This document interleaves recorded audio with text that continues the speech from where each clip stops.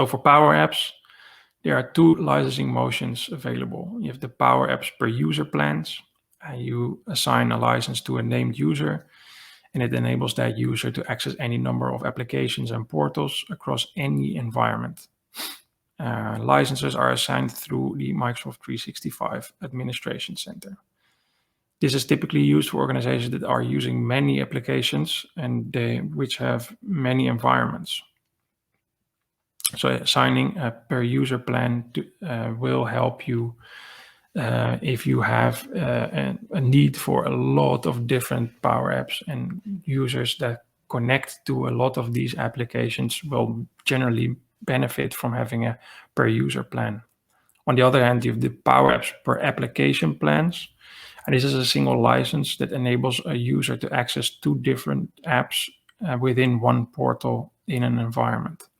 This is important because if you have multiple environments, multiple portals within your environments, then quickly it runs out of control. Licenses are allocated to users when an app is in an environment is shared with a user. So when you create the application, you assign the PowerApps per app license to that application. If I log into that application to start using that, I will use one of these application licenses. If another comes in, it will use another of one of those application licenses until they are all gone. And if they're gone, you need to either buy more licenses or wait for the licenses to be given back. So when I no longer start using that application, and then move on. Licenses are stackable, meaning that if you need a user to access more than two apps in an environment or outside of that environment, you can just assign multiple licenses to a user. And again, that just happens by granting them access to those environments. But always keep in mind that if you give access to a lot of people within those environments, you might end up starting to need a lot of application licenses.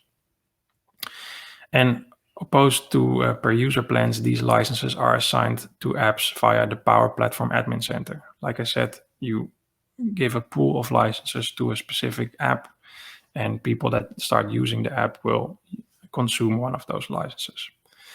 The per app plan licensing motion is best for businesses with limited apps and environments.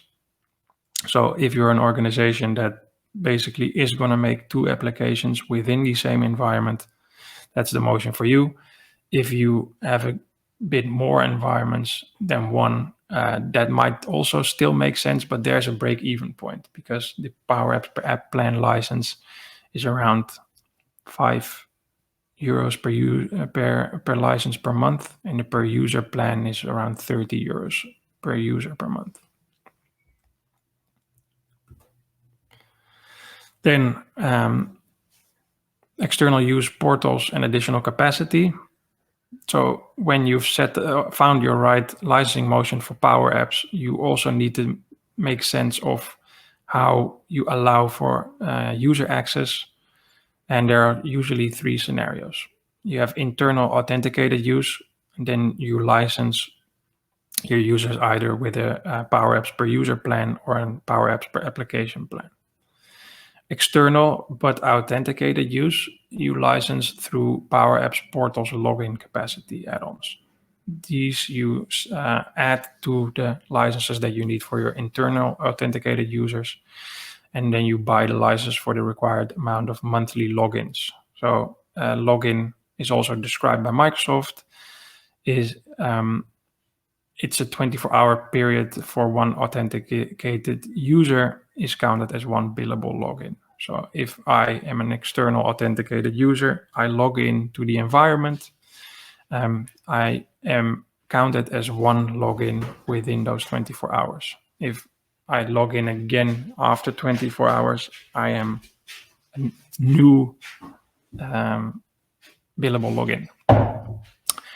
And then you have anonymous users. If you have unauthenticated use, for instance, Then you acquire licenses for PowerApps Portal's page view capacity add-on, and this is licensed per 100K page views and is listed at around $100 per month.